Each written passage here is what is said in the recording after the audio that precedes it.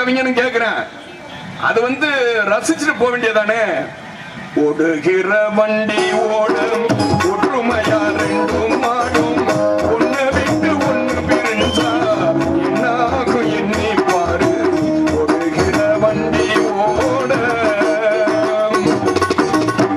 ஆண்டவன காதலிச்சாம் பாண்டி நாட்டு மீனாட்சி, காதலிச்சு மறந்ததுக்கு மாமது கோயில் சாட்சி.